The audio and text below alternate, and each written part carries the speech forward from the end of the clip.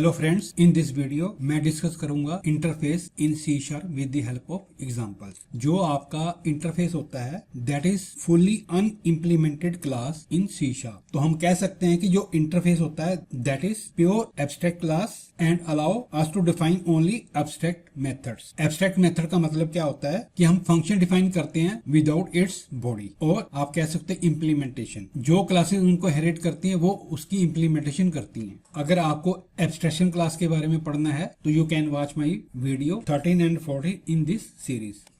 तो आप ये वीडियो देख सकते हो और ये वीडियो देख, तो आपको फुली नॉलेज हो जाएगी abstraction in the C sharp. तो one of the main benefit interface का क्या होता है, जो इंटरफेस होता है वो आपकी common functionality of all the classes define करता है और बाकी जो क्लासेस होती है उसको शेयर करती हैं। And promptly code for reusability. हम कह सकते हैं कि जो इंटरफेस है that is user defined data like class, structure, enum etcetera. Now अब हम डिस्कस करते हैं what is the main difference between the concrete class, जो हमने सिंपल क्लास बना रखी है, abstract class and the interface. जब हम क्लास को डिफाइन करते हैं उसके अंदर हम एक मेथड बनाते हैं, उस मेथड की बॉडी होती है। So we can say that in a class we have a method and has its body.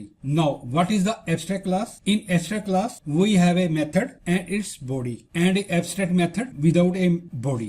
जो आपके abstract method होंगे, जो क्लास उसको ड्राइव करेगी, abstract method को वो implement करेगी। And now interface contain only abstract methods, यानी कि इंटरफेस के अंदर हम सिर्फ abstract method डिफाइन करेंगे। जो क्लास उसको ड्राइव करेगी वो फुली रिस्पॉन्सिबिलिटी होगी उसकी इम्प्लीमेंटेशन करने के लिए। So we can say that interface contain only abstract method and drive class implemented all the functionality of the interface using the inheritance. So using this हम achieve करते हैं 100% रीयूजेबिलिटी इन C sharp.